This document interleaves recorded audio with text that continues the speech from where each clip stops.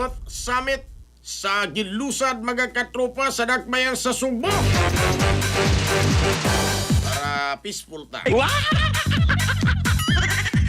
Detalye sa report sa Ronato Giri pinagi sa pagpamatay ni katropa Gerek Panono Tamaro. Live report.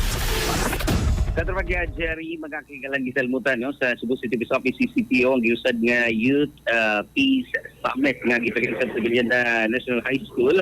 Diin na tumungin ni aron sab nga palambon isulog ang partisipasyon sa mga kabatalunan sa pagtukod og kini po kalinaw o pagsiguro sa kaluwasan sa komunidad.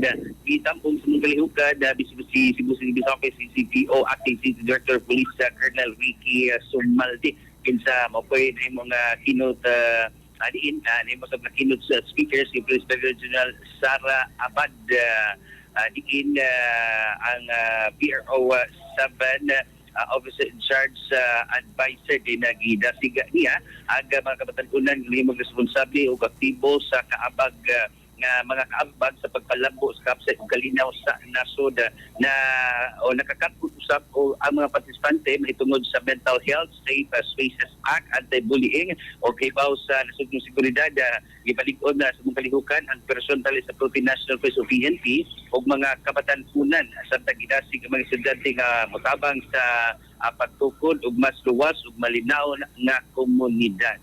So Mark Tumanjer mo dito kasi kasikan sa Cebu City Police Office CCPO mga katropa ning buntag sa dugay mga kabata niya pangapi mo mga kigalan yang ita mo kape nga makabusog kape sa Santo Class Complex may hunda mga katropa umot ni og suspensado ba alang sa sa Pilipino para sa Pilipino sa katropa Eric Amaro XFM News.